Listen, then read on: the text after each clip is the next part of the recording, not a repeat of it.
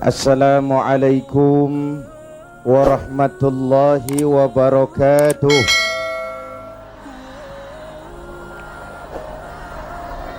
Alhamdulillah wassalatu wassalamu ala Rasulillah Sayyidina Muhammad ibn Abdullah wa ala alihi wa sahbihi wa mawalah, amma ba'du.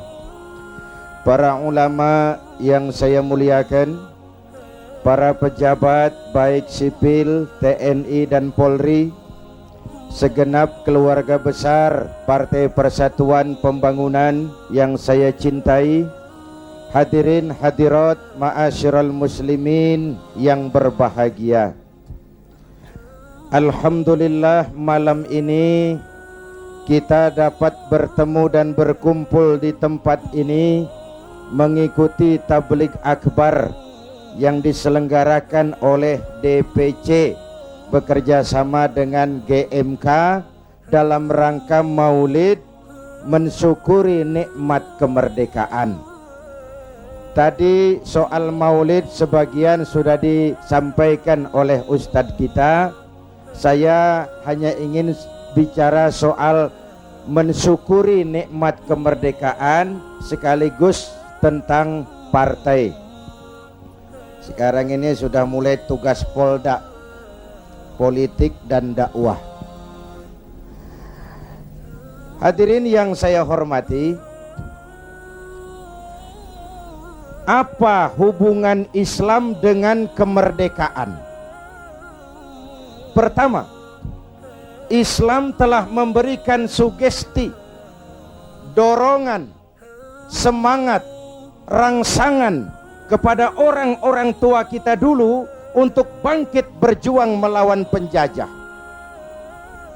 Islamlah agama yang mengajarkan bahwa cinta tanah air bagian daripada iman. Betul?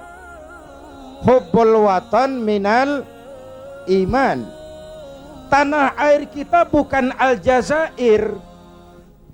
Tanah air kita bukan Palestina, bukan Arab Saudi, bukan Yaman. Tanah air kita Indo. Mencintai Indonesia juga bagian daripada iman. Yang datang menjajah kebetulan kafir. Ini cikal bakalnya nih. Yang datang menjajah kebetulan kafir. Bertemulah cinta tanah air dengan semangat jihad yang diajarkan agama. Maka bangkitlah para ulama dengan jamaahnya, kiai dengan santrinya, bahu-membahu bersama tentara berjuang melawan penjajah Belanda. Pernah lihat gambar Imam Bonjol? Pernah? Pakai sorban. Pakai apa? Kalau pakai sorban pasti bukan pendeta Shaolin. Pernah lihat gambar Pangeran Diponegoro? Bukan cuma pakai sorban, pakai gamis. Ketika Belanda dengan licik berhasil menangkap Pangeran Diponegoro, pengikut-pengikutnya termasuk Kiai Mojo, Kiai Maja, mundur ke pedalaman, membentuk kantong-kantong perjuangan. Berupa apa? Pesantren. Pesantren selain sebagai tempat menimba ilmu, juga merupakan kantong perjuangan untuk melawan penjajah. Yang berjuang memerdekakan Indonesia selain tentara, ulama dengan jamaahnya, kiai dengan santrinya, pejuang-pejuang nasionalis beragama Islam. Tidak percaya sensus kubur pahlawan. Ibu bapak, saudara-saudara hadirin, malahan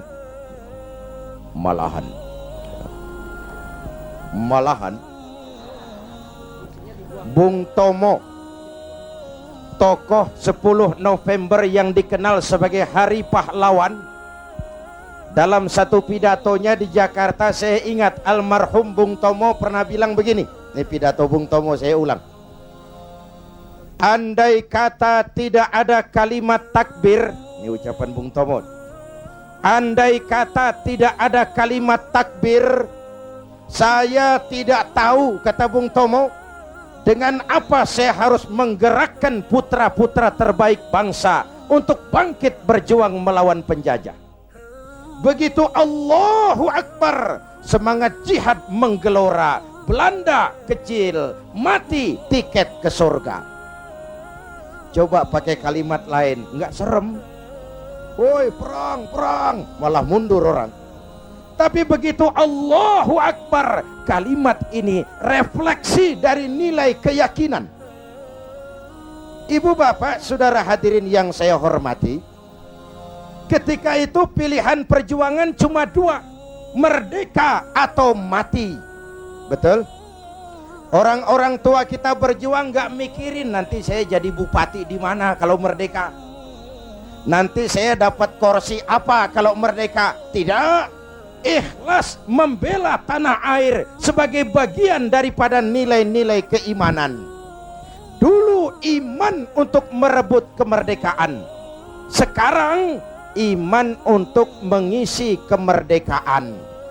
Ya Bu? Ya Bu? Apa?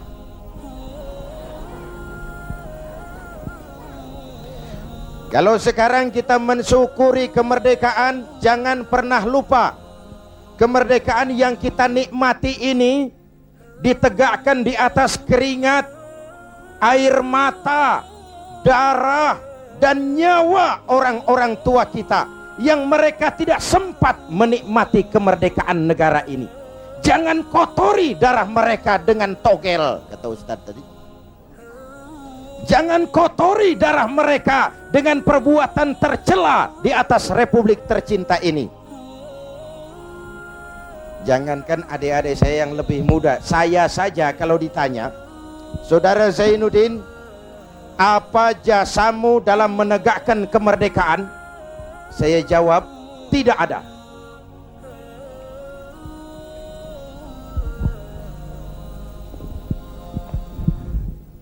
Ngomong apa sih barusan? Hah? Kalau saya ditanya, Saudara Zainuddin, apa jasamu dalam menegakkan kemerdekaan? Saya jawab, tidak ada. Kenapa? Karena tahun 45 saya belum keluar. Itu saya. Tapi saya harus tahu diri dong. Kalau sekarang saya bisa minum air kelapa, itu karena orang-orang tua saya sudah nanam pohon kelapa. Betul? Nih adik-adik kecil nih, pernah minum air kelapa enggak? Pernah nanam pohon kelapa? Enggak pernah. Kalau sekarang kita menikmati indahnya merdeka, jangan pernah lupa, kemerdekaan ini bukan hadiah Belanda, bukan kado Jepang, tidak turun dari langit laksana turunnya embun di waktu malam. Kemerdekaan tidak muncul hanya dengan simsalabim abragadabra. Kemerdekaan ini keringat, air mata, darah, dan nyawa orang-orang tua kita. Ya Bu, ya Pak, syukuri dengan tahlilan kepada arwah para pahlawan. Agustusan ngibing sampai subuh. Tuh arwah para pahlawan gile, roh gua dijogetin.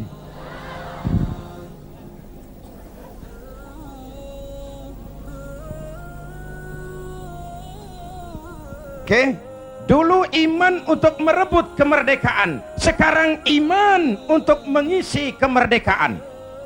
Selama ini pembentukan SDM kita cuma berorientasi pada pengisian otak, penataran tiap hari, pendidikan keterampilan di sana sini, tapi hati sering kosong, agama dangkal, keyakinan rapuh, akhirnya moral rendah. Pantas yang disuruh ngurus laut malah jadi bajak laut, yang disuruh ngurus hutan rame-rame jadi orang hutan, yang disuruh ngurus beras malah nimbun beras, yang disuruh ngurus hukum malah bikin hukum kayak pisau. Itu yang melukai rasa keadilan. Pantas muncul street justice, pengadilan jalanan, maling motor tangkap bakar. Itu refleksi dari ketidakpuasan rakyat terhadap sikap hukum selama ini, di mana rakyat melihat kalau yang kecil salah, hukum cepat-cepat ditegakkan, yang besar salah, diam pura-pura nggak ngerti. Itu yang merusak masyarakat. Jelas? Hukum kayak pisau. Tahu pisau? Kalau ke bawah tajam, ke atas si tumpul. Ini hukum pisau namanya. Mudah-mudahan ke depan duet Bu Mega dan Pak Hamzah mampu menegakkan hukum dengan benar. Amin. Ya Rabbal. Berangkat dari pengalaman itulah kita harus mulai kembali kepada penataan nilai keimanan.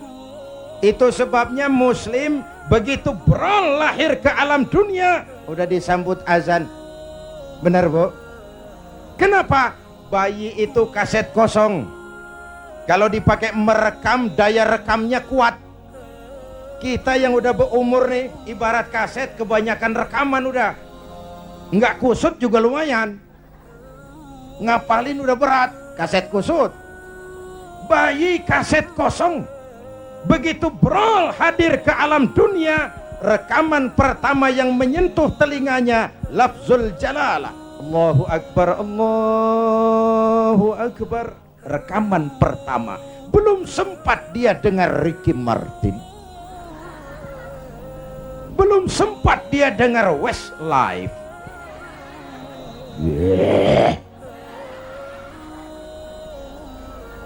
Kok tahu?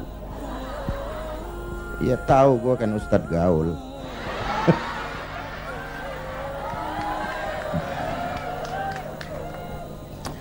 Suara pertama yang masuk telinganya Allahu Akbar, suara iman. Ya Bu, itu artinya apa? Pesan pertama orang tua, nak, kamu nanti boleh jadi tentara, tapi tentara beriman. Kamu boleh jadi polisi, asal polisi beriman. Jadi pejabat, pejabat beriman. Jadi pedagang, pedagang beriman. Jadi petani, petani beriman. Jadi nelayan, nelayan beriman. Jadi teknokrat, teknokrat beriman. Jadi seniman, seniman beriman. Jadi artis, artis beriman. Jadi maling. Nggak ada, mana ada maling beriman. Kalau iman landasannya insya Allah aman. Betul? Dengan mensyukuri nikmat kemerdekaan, ayo kita mengadakan recovery terhadap sikap mental selama ini. Berangkat lagi dari nilai keimanan, jaga baik-baik, wariskan kepada anak-anak kita. Peristiwa kemarin, bulan kemarin, perubahan terjadi begitu cepat. Mulai dari digelarnya sidang istimewa, dicabutnya mandat Gus Dur, dikukuhkannya Bu Mega sebagai presiden, dipilihnya Pak Hamzah sebagai wakil presiden. Kalau kita berangkat dari nilai keimanan, maha benar Allah, wa tilkal ayyamu nudawiluha bainan nas. Hari itu kami putar di antara manusia. Ada saat datang, ada waktu pergi. Ada hari lahir, ada saat kembali. Ada waktu dilantik, ada saat menyerahkan jabatan. Hidup cuma nungguin giliran. Maka kalau lagi di atas berkuasa, jangan busung dada dan lupa daratan. Kalau lagi nyungsep di bawah, jangan putus asa dan protes Tuhan. Hei, hei, hei. Ayo tetap husnuzon, baik sangka kepada Allah. Hidup cuma nunggu giliran. Jabatan bukan lagi kekuasaan dan fasilitas. Jabatan sekarang kerja bakti, peras keringat, banting tulang. Negara lagi sakit, ekonomi terpuruk, keutuhan bangsa dalam ujian, dan rakyat menunggu perubahan. Betul? Betul? Kalau jabatan cuma dianggap kekuasaan, kalau jabatan cuma dianggap fasilitas, biasanya itu maling timba. Hei. Hei. Ini jabatan titipan, harta titipan, ilmu titipan. Namanya titipan kan sebentar. Jangankan harta Pak, roh nih, roh yang menyebabkan kita hidup itu sekedar hak guna pakai. Nggak punya sertifikat, bodong. Sekadar hak guna pakai. Kalau yang punya mau ambil, innalillahi wa inna ilaihi. Ruh saja nggak bisa kita pertahankan, apalagi jabatan, apalagi harta, apalagi hidup ini. Hadirin yang saya hormati, hidup cuma nunggu giliran. Jelas? Jelas? Satu, hubungan Islam dan kemerdekaan. Yang kedua, iya saya cuma ngelihat jam, reseh amat sih. Udah dengerin aja dah.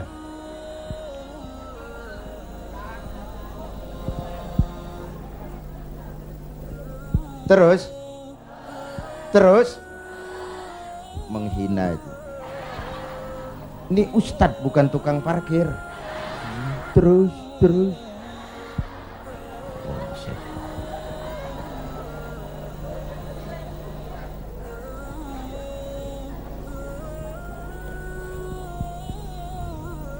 yang kedua,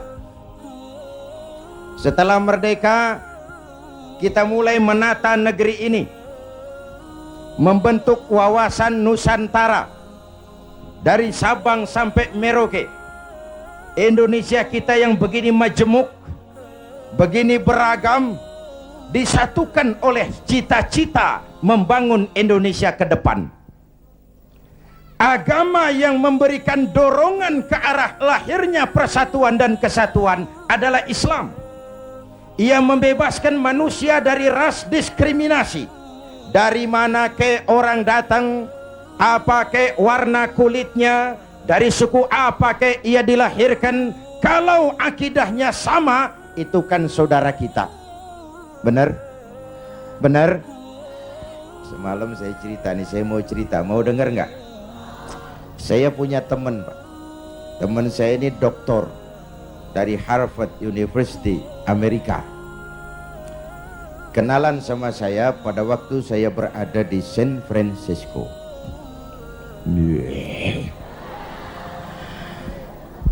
San Francisco tahu Bu kan? Tahu ya? Itu dari Tambun ke kanan. Tahu, sok tahu.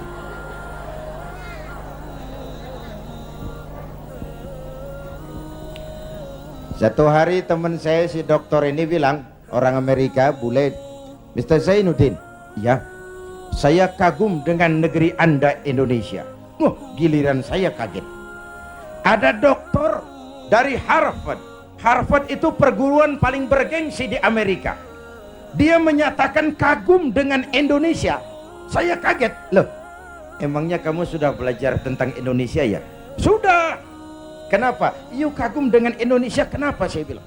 Indonesia negara Anda Mr. Zainuddin, negara Anda besar. Dalam rangka mensyukuri kemerdekaan, kita bangga dulu jadi anak bangsa. Negara kita besar enggak? Masya Allah, Masya Allah.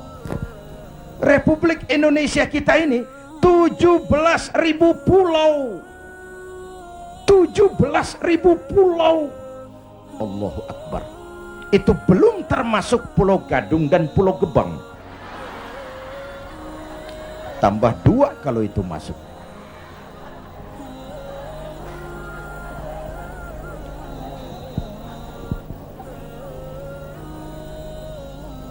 Buminya mengandung minyak, gas, batu bara, barang tambang lain. Lautnya kaya, hutannya kaya, 17.000 pulau terhampar sepanjang garis khatulistiwa, hijau, ranau, subur, makmur, Kemah Ripah Loh Jenawi Toto Tentrem Kertoraharjo.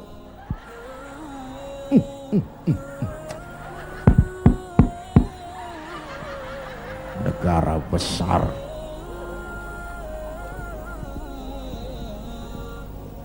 Sampai teman saya orang Arab lain lagi, dia bilang inta Indonesia guys, Indonesia bagus bagus. Saya bilang bagus apanya Arab? Arab. Indonesia negeri Anda subur, tongkat ditanam jadi pohon, namanya singkong. Tongkat ditanam jadi pohon, kami pohon ditanam jadi tongkat, mati tuh pohon.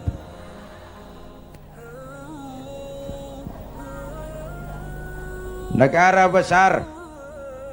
Terus apalagi yang kamu heran? Penduduk negeri Anda banyak. Kita rakyat Indonesia sekarang 210 juta. Itu SDM kita, itu aset kita 210 juta. Allahu Akbar. Konon menurut keluarga berencana nasional, di Indonesia ini tiap 1 menit lahir 8 bayi. Cuma karena Indonesia luas nggak terasa. Coba jejer, serem. 1 menit 8 brol. Ini kan menyangkut sekolah yang harus kita siapkan, lapangan kerja yang harus kita sediakan, kesehatan yang harus kita pikirkan, pertumbuhan penduduk kan artinya itu. Pertumbuhan penduduk artinya lapangan kerja, sekolah, kesehatan. Ibu bapak hadirin yang saya hormati, negara besar, penduduk banyak, agama macam-macam. Ini faktor ketiga. Di Indonesia paling banyak agama. Selain Islam, ada Kristen, ada Hindu, ada Buddha, ada Shinto, ada agama Majusi pengikut Zoroaster, ada agama Kaharingan di Kalimantan. Jawa Tengah masih banyak aliran kebatinan, kejawen, golongan eling. Yang penting percaya kepada Tuhan yang Maha Esa, berbudi luhur, berjiwa bersih, banyak-banyak bersamadi, menyadari tentang hakikat sangkan paraning dumadi, untuk mencapai manunggaling kaula Gusti.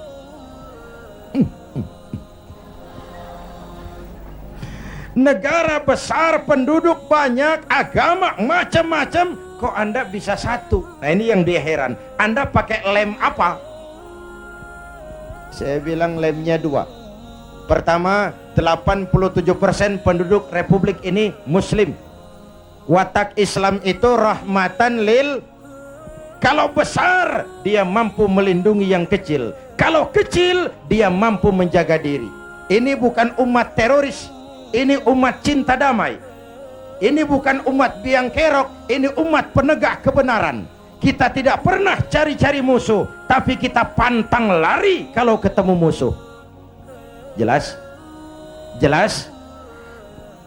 Hadirin yang saya hormati, lem kedua saya bilang namanya Pancasila. Ini diterima oleh semua agama. Dengan mensyukuri nikmat kemerdekaan, ayo jaga persatuan dan kesatuan. Pagelaran bulan kemarin dalam pengembangan demokrasi kita harus jadi pelajaran betapa kita harus menghormati perbedaan. Jangan beda dianggap musuh. Kalau beda dianggap musuh, kapan kita mau dewasa? Kalau beda dianggap musuh, kapan kita mau berdemokrasi? Ayo rakyat kita dewasa, jangan terjebak fanatisme sempit.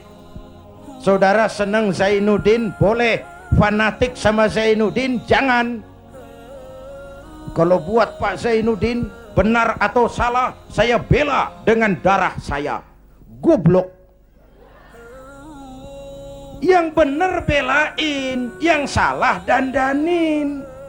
Kalau salah dibenerin juga, kita menjerumuskan orang namanya. Ya Bu, ya Bu, Ayo rakyat kita objektif, biar keluar dari dubur ayam. Kalau memang telur, ambil. Biar keluar dari dubur kiai, kalau kuning, kabur. Jangan lihat kiainya, lihat yang merojol apaan. Akur, akur. Ayo kita ambil pelajaran. Sekarang kalau para elit di atas masih suka pada bertengkar, kita rakyat nggak usah ikut-ikutan. Jadi penonton yang baik sajalah. Waktunya keplok-keplok. Namanya juga elit bang. Siang dia bertengkar, malam makan bareng di hotel. Kita di kampung udah pada ngasak golok. Urusan apa? Benar, benar. Sebaliknya elit di atas juga kudu sadar dong. Seperti saya bilang, di mana-mana juga kalau kebo berantem sama kebo, yang rusak rumput. Kebo berantem sama kebo, yang rusak rumput. Pemimpin bertengkar sama pemimpin, yang bingung pengikut. Di mana-mana sejak dulu kalau kebo berantem sama kebo, yang rusak rumput. Maka kita menghimbau kepada para kebo, ya ini ngikutin bahasa doang. Kita menghimbau kepada para kebo, berhenti dah berantem supaya rumput tumbuh subur. Amin. Kita nih rakyat kecil udah capek, 3 tahun terpuruk di atas namain, dijadiin address. Padahal kita kan rakyat kecil, tuntutan nggak banyak-banyak amat. Si amat aja yang banyak. Perangsanan saya Pak, kita nih rakyat kecil asal keadaan aman, bisa kerja, makan cukup, anak bisa sekolah, rapi urusan. Bener.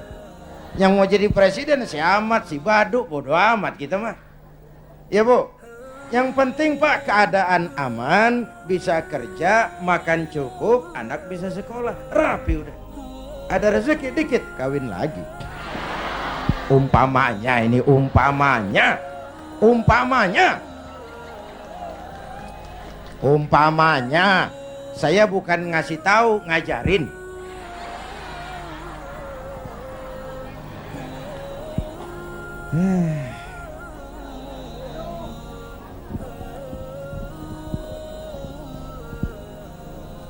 Ibu bapak, saudara-saudara hadirin, jadi mensyukuri nikmat kemerdekaan, jadilah lem perekat menjaga keutuhan bangsa. Kenapa?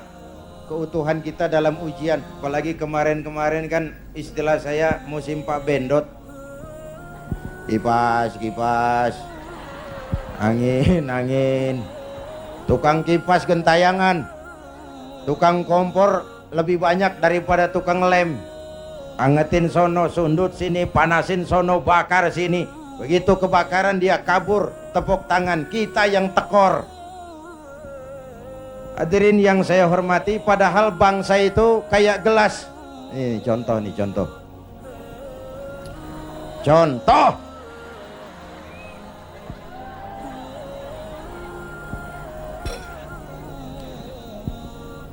Bukan mau minum, contoh. Usil aja, heran. Orang ngasih contoh kudu jelas. Contoh, Bu, ini gelas kalau pecah bisa ditambal nggak? Nah, bangsa kayak gelas bang, begitu pecah nggak bakal bisa ditambal. Timur udah pisah dari Indonesia, mimpi narik lagi Timur ke Indonesia, mimpi. Kenapa? Gelas udah pecah, nggak bakal bisa ditambal. Uni Soviet gelas besar, negara besar, bersama Amerika jadi polisi dunia, dihantam glasnost yang kebablasan, Gorbachev terpental, Soviet pecah jadi negara kecil berkeping-keping. Tidak mungkin menyatukan lagi Soviet. Kenapa? Gelas udah pecah, nggak bakal bisa ditambal. Jelas? Jelas? Gue baru minum.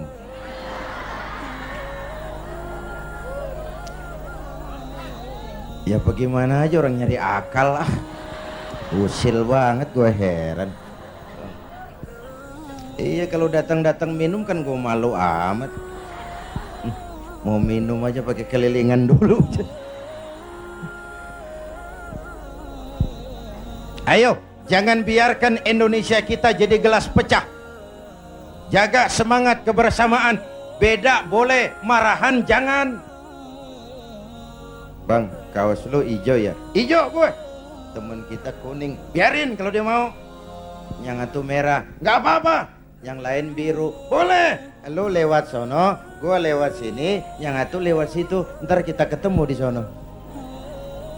Bisa nggak begitu? Cakep nggak urusan? Iya, jangan beda kaos merengut.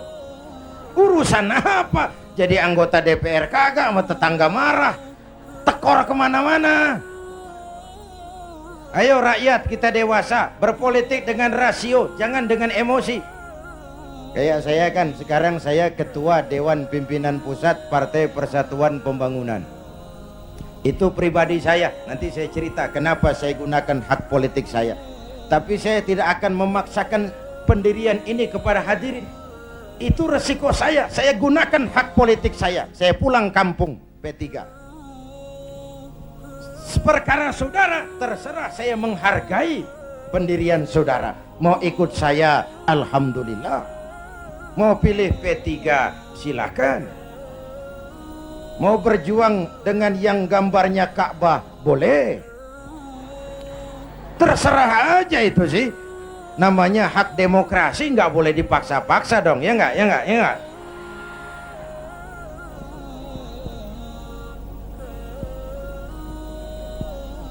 Jangan perbedaan dianggap permusuhan. Kerdil kita kalau beda dikit dianggap musuh. Udah capek kita bangsa ini terkontaminasi oleh dendam sejarah. Di zaman Bung Karno, yang tidak sesuai dengan Bung Karno dicap kontra revolusi. Lalu Bung Karno jatuh, muncul Orde Baru. Bung Karno dianggap Orde Lama. Di zaman Orde Baru, yang tidak sesuai dengan Pak Harto dianggap Orde Lama. Lalu Pak Harto jatuh, muncul lagi reformasi. Di zaman reformasi, yang tidak sesuai dengan keinginan kita segera diacap Orde Baru. Kapan mau selesai? Kalau naik ini bantai itu, naik itu sikat ini, terkontaminasi oleh politik balas dendam. Tidak akan selesai urusan bangsa. Jelas? Jelas? Ayo kita rukun yuk. Kita kompak yuk. Kita bersatu yuk. Kita pulang yuk.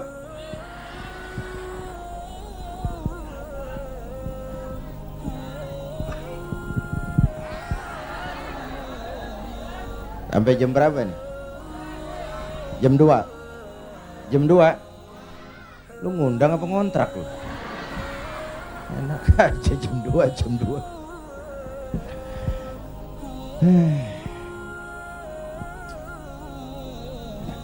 Malam ini saya hadir di sini. Saya nggak merasa sebagai tamu. Saya hanya keluarga, datang dan bicara di tengah keluarganya.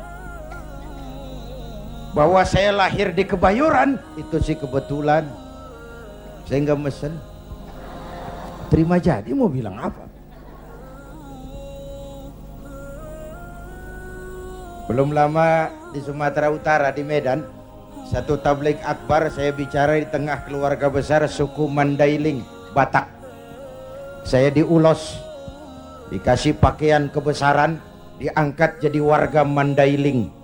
Saya dikasih gelar Lubis, Zainuddin MZ Lubis. Saya maulid lagi ke Makassar bersama nelayan-nelayan Bugis. Mereka bikin acara gebyar maulid tradisional Bahari 2000. Kumpul tokoh-tokoh Bugis. Saya dipakein pakaian kebesaran, pakai badik. Saya diangkat lagi jadi warga Bugis oleh wali kota Makassar. Saya dikasih gelar Daeng Tojeng. Tojeng artinya yang benar, Daeng semacam Raden. Kalau dikumpulin nama saya udah lumayan panjang, Haji Daeng Tojeng. Zainuddin MZ Lubis. Saya cuma mau bilang inilah Indonesia kita. Begini majemuk, begini beragam. Walaupun bineka, kita tetap tunggal. Nah, bagi kita umat Islam sudah dididik di masjid. Masya Allah, di daerah kita masjid saya bangga selalu penuh dengan sholat berjamaah, terutama subuh.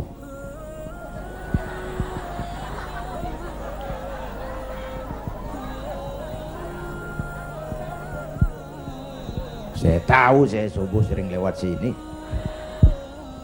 Kalau udah subuh penuh sampai keluar, nggak ada yang masuk.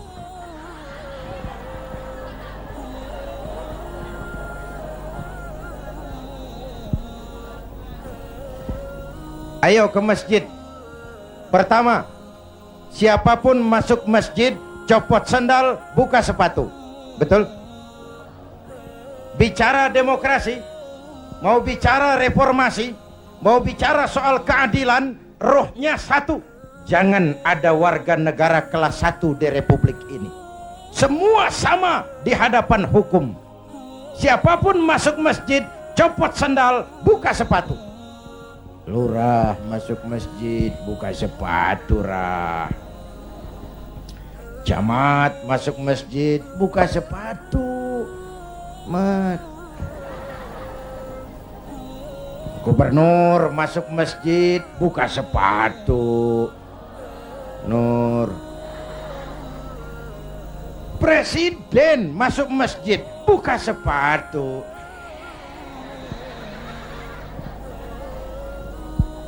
Jangan ada warga negara kelas 1 di republik ini. Ini cikal bakal demokrasi, reformasi dan keadilan. Negara rusak kalau sudah banyak warga negara kelas 1. Sudah copot sandal? Sudah, Pak. Sudah buka sepatu? Sudah. Ayo masuk ke dalam masjid. Kalau sudah masuk ke dalam, ibu bapak lihat, yang datang dari sebelah kidul madhep ngulon, Bang. Yang datang dari sebelah timur madhep ngulon, Bang. Yang datang dari utara madhep ngulon, Bang. Yang datang dari sebelah kulon madhep ngulon. Masya Allah, jiwa masjid. Bukan soal dari mana orang datang, tapi satu arah menghadapmu. Kau boleh Sunda, kau boleh Jawa, kau boleh Batak, kau boleh Ambon, kau boleh Bugis, kau boleh Aceh, kau boleh Padang, kau boleh Melayu, kau boleh Dayak, kau boleh Madura, kau boleh Betawi. Tapi kita satu nusa, satu bangsa, satu. Yuk kita rukun yuk. Kita kompak yuk. Lidih juga, Bang, lidih tahu lidih. Lidih biar gede banget, kalau sendirian laler kagak mati. Bener. Tapi biar lidih kecil-kecil, kalau digabung sama lidih yang lain, diikat jadi satu, sapuh namanya. Jangan laler, anjing juga gempor. Benar. Kita begitu juga, walaupun hutang kita bertumpuk, kita tetap optimis, sumber daya alam kita kaya, asal kita kompak, rukun, bersatu. Jelas? Jelas? Sudah madhep ngulon semua, Bang? Sudah. Ayo selenggarakan sholat berjamaah. Apa itu? Hidup berbangsa dan bernegara. Caranya bagaimana? Ya harus ada imam, harus ada makmum. Betul. Ada pemimpin, ada rakyat. Makmum siapa? Makmum mah siapa aja, Bang. Ngaji deh sama kiai mana juga nggak ada pemilihan makmum. Namanya makmum tiba ngikutin siapa juga boleh. Bener. Bang, orang budak tuh. Budak boleh jadi makmum. Tibang makmum ngikutin doang, dia budak, dia kagak denger juga dia lihat. Bacaannya nggak fasih, boleh jadi makmum.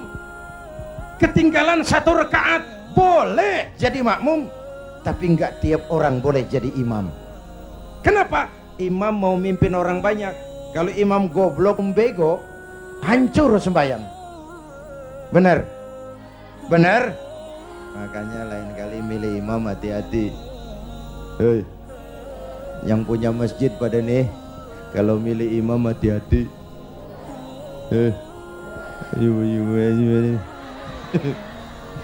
Saya pesan yang pada punya masjid, kalau milih imam hati-hati.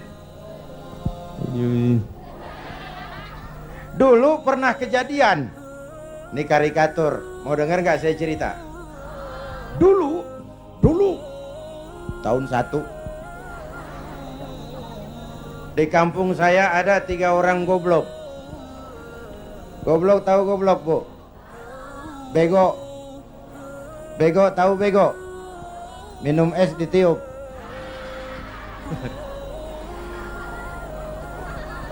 Dia kira ngebul panas kali.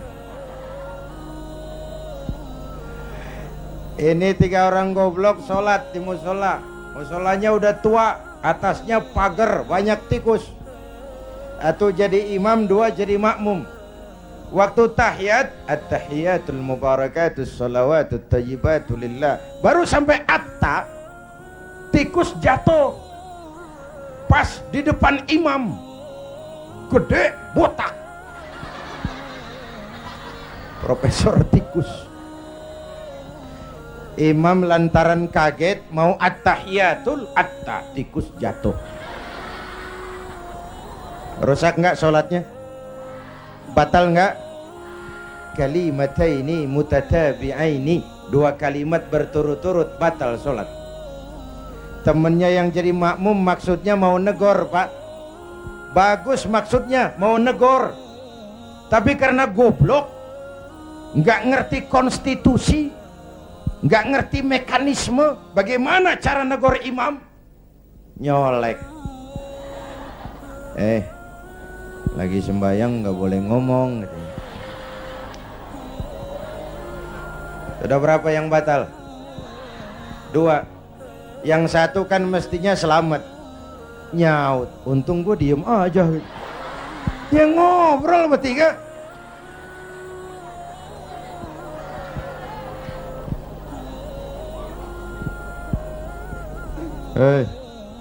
Nyari imam hati-hati ya, Pak.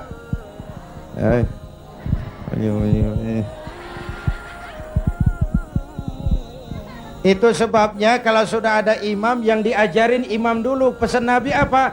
Idza amma ahadukumun nas falyukhaffif. Kalau kamu jadi imam, ringankan sholatmu, jangan terlalu panjang. Kenapa? Makmum nggak sama kekuatannya. Ada makmum yang tua renta, diri aja udah gemeter. Ada makmum yang punya darah tinggi, kalau sujud kelamaan palanya sakit.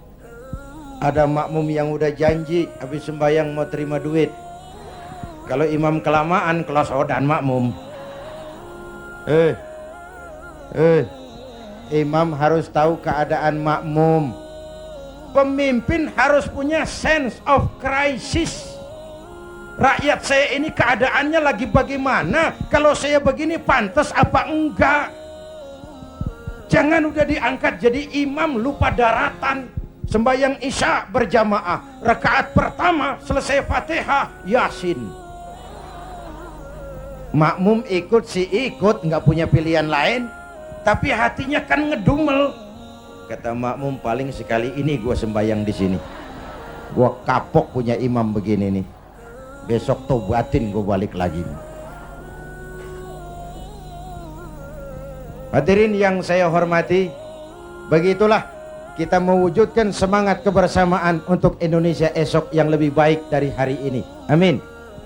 Ya Rabbal, mensyukuri nikmat kemerdekaan dengan semangat menjaga nilai-nilai kebersamaan, persatuan, kesatuan, kerukunan, dan kekompakan.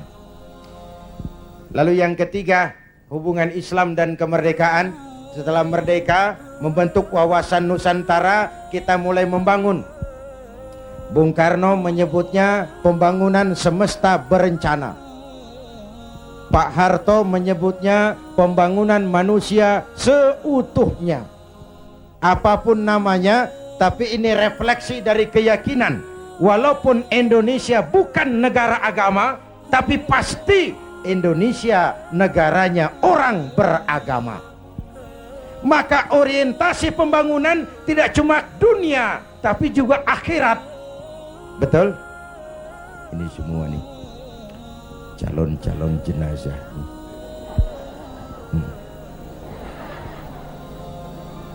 Tadi di awal saya bilang hidup cuma nunggu giliran, akhirnya giliran mati.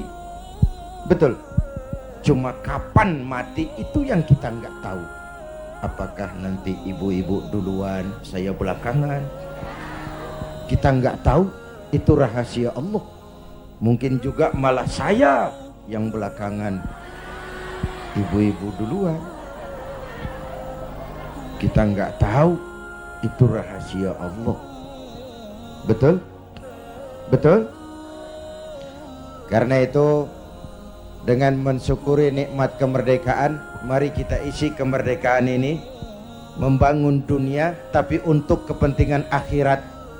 Ya Bu, ya Pak, ayo kita kompromi kepada Allah dengan memasyarakatkan istighfar, mengistighfarkan masyarakat. Kita memang rakyat kecil, tapi jeritan batin rakyat kecil, nurani rakyat kecil, mampu menggoyang aras. Hadirin yang saya hormati, hanya dengan wujud keseimbangan seperti itu, ada hidup sesudah mati, ada akhirat sesudah dunia, kita bisa berharap mencapai fid dunya hasanah wa fil akhirati hasanah. Ibu bapak hadirin, ini sekelumit tentang mensyukuri nikmat kemerdekaan. Nah sekarang saya mau bicara soal partai, karena yang ngadakan ini DPC P3. Banyak pertanyaan, mengapa makhluk bernama Zainuddin MZ yang dulu katanya tidak kemana-mana tapi ada di mana-mana, kok memutuskan turun lagi ke panggung politik? Tentu ada asbabun nuzul. Ini saya mau cerita asbabun nuzul. Saya mulai berkenalan dengan politik lebih dulu daripada menjadi mubalik. Tahun 71 saya sudah ikut politik praktis. Waktu itu saya jadi juru kampanye Partai Nahdlatul Ulama, pemilu pertama di zaman Pak Harto yang diikuti oleh 11 partai. Ini historisnya nih. Tahun 74 terjadi fusi 4 partai Islam, NU, Parmusi, PSII, Perti, melebur jadi satu. Terjadi fusi, lahirlah Partai Persatuan Pembangunan. Asasnya Islam, lambangnya Ka'bah, hasil istikharah Hadratus Syekh Kiai Haji Bisri Samsuri, Rais Suriah Nahdlatul Ulama waktu itu, yang adalah kakeknya Kiai Haji Abdurrahman Wahid. Maka pemilu tahun 77 dan 82, selain duduk di MPC, saya tetap kampanye buat Partai Persatuan, duet sama Haji Roma Irama waktu itu, di zaman galak-galaknya Golkar. Tahun 77 82 Bu, kalau berangkat kampanye itu pamitnya pamit mati. Itu zaman-zaman Amir Mahmud, Amir Murtono dan amir-amir lain itu. Nyawa taruhannya, padahal calon anggota DPR bukan, apalagi calon menteri, digaji kagak. Itu yang namanya panggilan jiwa. Karena partai ini asasnya Islam, tujuannya amar ma'ruf nahi munkar, untuk kemaslahatan bangsa dan negara. Kenapa? Negara ini kan kayak kapal Bang, kapal laut. Orang naik kapal laut kelasnya nggak sama. Ada yang di dek kelas 1, kelas 2, ada yang kamarnya di bawah. Kalau yang dapat kamar di bawah perlu air, dia kudu ke atas. Lewat tangga, jalan jauh, capek, keringetan, potong kompas. Ngapain gua ke atas jauh-jauh, air dekat banget, cuman dibatasin dinding kapal. Gua bor aja nih kapal nih. Ntar air masuk kamar-kamar gue udah bayar pakai duit gue, yang ngebor juga gue, orang lain jangan ikut campur. Kalau didiemin kapal dibor, bocor nggak? Mula-mula sedikit, makin lama makin banyak, makin sulit dikendalikan. Akhirnya kapal miring, tenggelam. Kalau kapal tenggelam, yang mati yang ngebor doang. Hah? Seluruh penumpang kapal ikut tenggelam karena satu ngebor. Negara kayak kapal, korupsi, KKN, maksiat, munkarot, kebatilan, kezoliman, ketidakadilan, itu ngebor kapal, bocorin kapal. Di masyarakat juga begitu. Kadang-kadang temen ditegur ngotot, biarin aja, yang mabok gue, yang beli minuman gue mabok di rumah gue, kenapa lu pusing? Yang judi gue pakai duit gue, kenapa lu pusing? Yang zina gue, kenapa lu ribut? Iya, yang judi lo, yang mabok lo, yang zina lo. Tapi judi, mabok, zina, maksiat, mas. Kalau ini negeri kebanyakan maksiatnya, Allah marah, turun gempa bumi. Yang mampus bukan elu doang, monyong.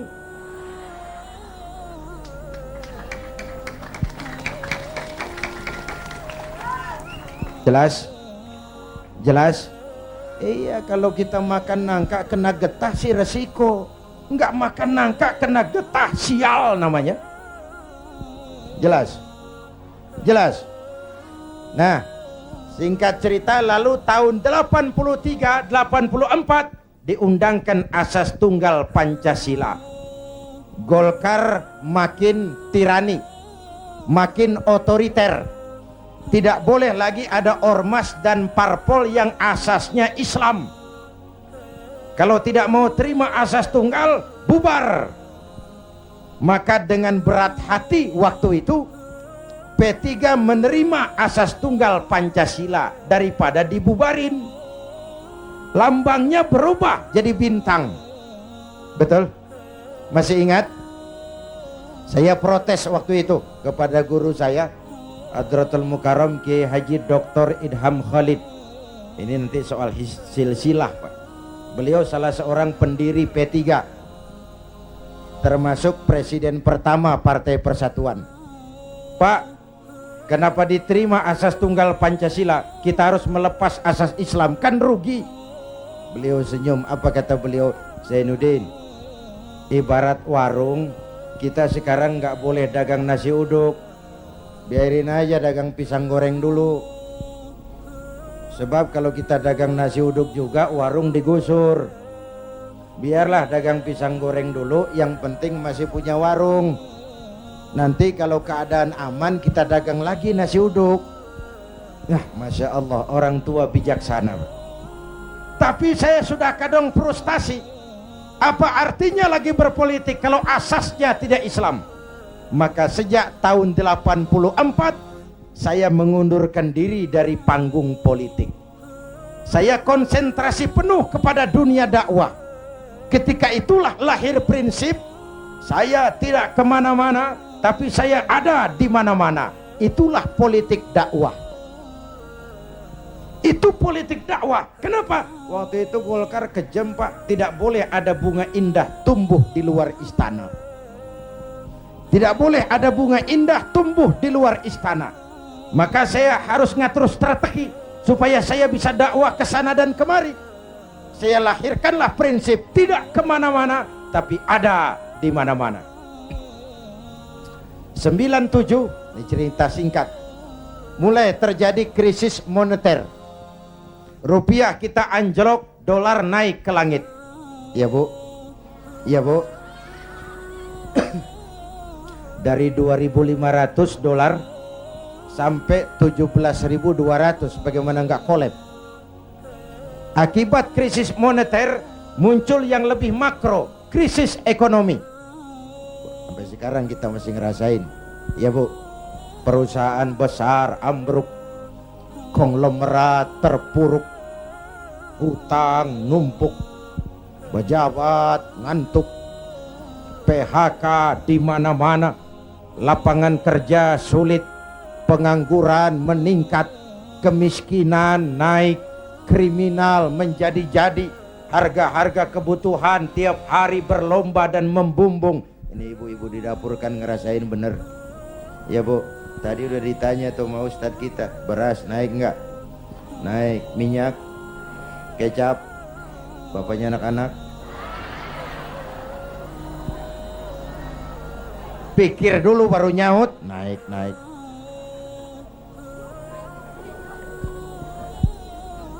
Biaya hidup makin tinggi, beban hidup makin berat. Masya Allah, di Jakarta Bang sekarang kencing aja gope. Bener, kencing gope. Teman saya ngasih duit ribuan, gak ada kembaliannya, disuruh kencing lagi. Orang udah tiris bagaimana ngeluarinnya? La haula wa la quwata illa billah.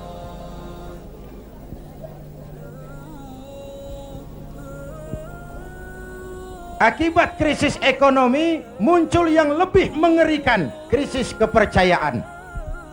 97, reformasi bergulir, mahasiswa turun ke jalan, Pak Harto lengser.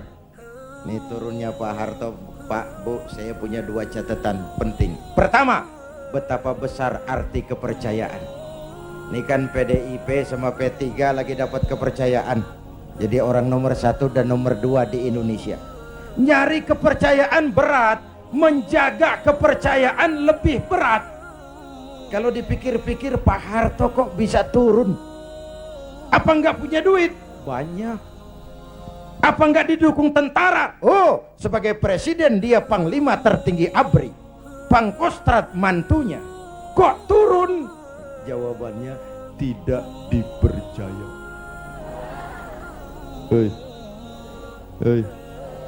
Tidak dipercaya. Nih pelajaran nih. Nggak punya duit bisa minjam, nggak punya beras bisa minta, nggak dipercaya turun. Betul? Luar biasa kepercayaan itu. Ibu-ibu dari sore mau duduk besini, nggak minum, nggak makan, kan karena percaya sama saya. Bener? Entah lu nggak percaya, gua bacok tuh. Bener Bu, kepercayaan penting. Orang kayak Saddam Hussein, orang kayak Muammar Gaddafi, orang kayak Fidel Castro, secara ekonomi diembargo habis-habisan oleh Amerika, dikucilkan dari pergaulan internasional. Tapi Saddam tetap mimpin Irak, Gaddafi tetap mimpin Libya, Castro tetap mimpin Kuba. Kok bisa? Rakyat percaya sama pemimpinnya. Hei, rakyat percaya. Rakyat percaya. Ya Bu, ya Pak. Kalau nggak dipercaya udah berapa dah? Ini. Itu catatan pertama. Catatan kedua, dengan segala kelebihan dan kekurangannya, Pak Harto masih menjaga keutuhan bangsa. Ya udah, kalau nggak dipercaya saya turun. Nggak usah sidang istimewa, ongkosnya mahal. Pak Harto juga nggak nakut-nakutin rakyat. Ntar kalau saya turun Jawa Tengah merdeka. Enggak. Pak Harto juga nggak ngumpulin pendukung. Kalau mau masih banyak pendukungnya. Tapi keutuhan bangsa lebih penting daripada kepentingan pribadi. Itu sosok negarawan. Jelas? Turun Pak Harto, naik Pak Habibie. Habibie ini menurut saya the right man in the wrong time. Pemimpin yang baik tapi muncul pada waktu yang salah. Kenapa? Pak Habibie berhasil menekan dolar dari 17.000 ke 6.000. Itu prestasi ekonomi. Orangnya demokrat, kalau dihujat senyum. Dia masuk gedung DPR, dia senyum. Waktu laporan pertanggungan jawabnya ditolak oleh DPR dengan suara beda cuman puluhan, apa komentarnya? Sambil senyum dia bilang, it's over. Kalau laporan saya ditolak, selesailah saya sampai di sini. Dia tidak maju lagi sebagai calon presiden, padahal masih punya hak mencalonkan diri. Kenapa? Itu namanya tahu diri. Kalau orang udah kagak demen, udah. Muka badak.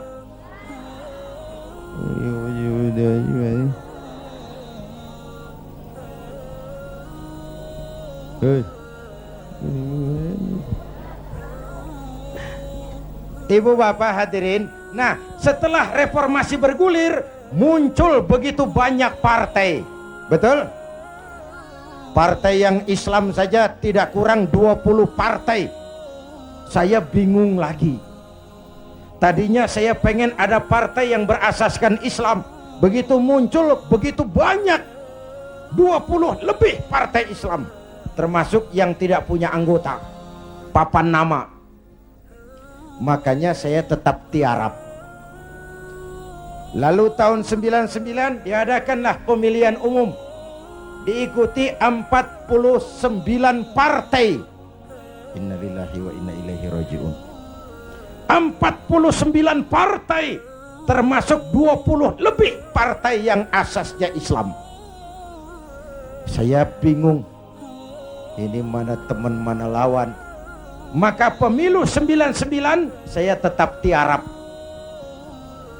Istri dan anak-anak saya turun kampanye, ngeramehin, ya apalagi kalau bukan P3. Tapi saya tetap belum tergerak. Selesai pemilu, terbentuklah MPR dan DPR. Kemenangan rankingnya PDIP juara 1, Golkar juara 2, P3 juara 3, disusul PAN dan PKB. Menjelang sidang umum itulah saya kepada sekretaris minta dihubungkan untuk bicara dengan Pak Hamzah Has. Tolong, saya mau bicara sama Pak Hamzah. Bicara lewat telepon. Akhirnya kata Pak Hamzah, begini sajalah, kalau Kiai mau ketemu saya, jangan Kiai ke rumah saya, biar saja saya saja yang ke rumah Kiai. Maka Pak Hamzah Has pun datang ke rumah saya. Belum wapres waktu itu, Pak. 3 kali pertemuan di rumah saya bilang, Pak Hamzah, saya ini merasa berdosa. Kenapa partai Islam kok cuma juara ketiga? Kenapa partai Islam tidak diminati oleh orang Islam sendiri? Analisisnya macam-macam. Mungkin ada yang tidak mengerti kalau agama dan politik tidak terpisah. Mungkin ada yang berpaham sekuler, Islam yes, partai Islam no. Mungkin juga karena kita tidak bisa menjual program-program kepada rakyat yang menyentuh kehidupan rakyat. Saya memutuskan saya mau pulang kampung, Pak. Wah, Pak Hamzah, alhamdulillah, saya bersyukur. Inilah permohonan saya kepada Allah selama ini. Tapi saya bilang, tolong jangan diumumkan, Pak. Ini mau sidang istimewa, sidang umum. Nanti dikira saya mau cari popularitas, dikira saya mau cari jabatan. Tidak, saya jadi apa itu tidak penting. Yang penting saya bisa ikut membesarkan partai yang berasaskan Islam. Itu saja niat saya.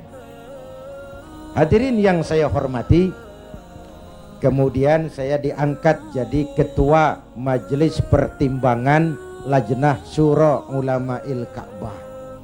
Lalu ketika Rakernas, lahirlah rekomendasi saya ditempatkan sebagai salah seorang ketua Dewan Pimpinan Pusat Partai Persatuan Pembangunan. Jadi saya bilang selama ini saya dakwah, ya ayyuhalladzina amanu dkhulu fis-silmi kafah. Hai orang-orang beriman, masuklah ke dalam Islam secara utuh. Jangan masuk Islam separuh-separuh.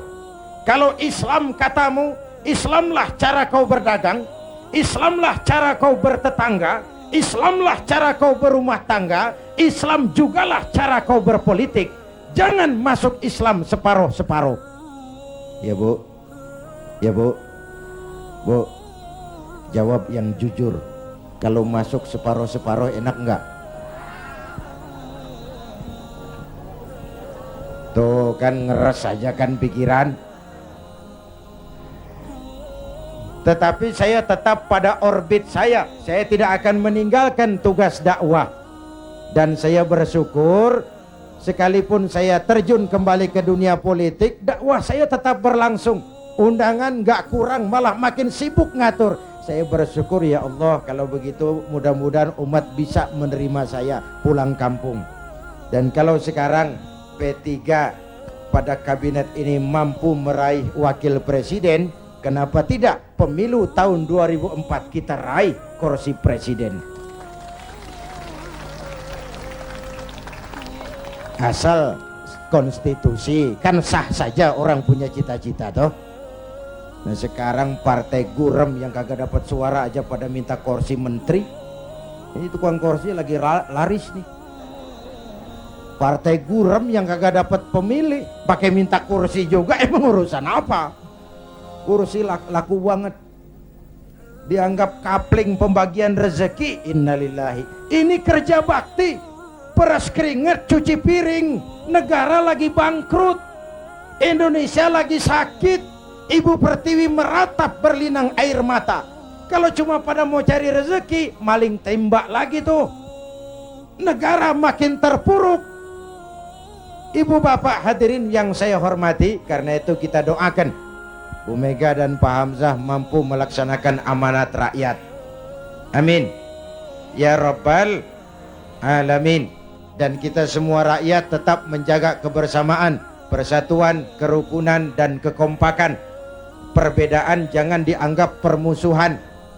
Justru ciri demokrasi kemampuan memanage konflik, bukan menghilangkan konflik, tapi memanage konflik menjadi kekuatan untuk membangun ke depan. Hadirin, inilah sekelumit yang dapat saya sampaikan malam ini. Mudah-mudahan baik mensyukuri kemerdekaan maupun kehadiran saya di partai menjadi jelas adanya, bukan karena target pribadi, tapi karena inginan memberikan kontribusi yang lebih real kepada umat, bangsa, dan negara tercinta ini. Terima kasih atas segala perhatian. Mohon maaf atas segala kekurangan. Jumpa lagi di lain kesempatan. Usikum wa nafsi bitaqwallah. Wassalamualaikum warahmatullahi wabarakatuh.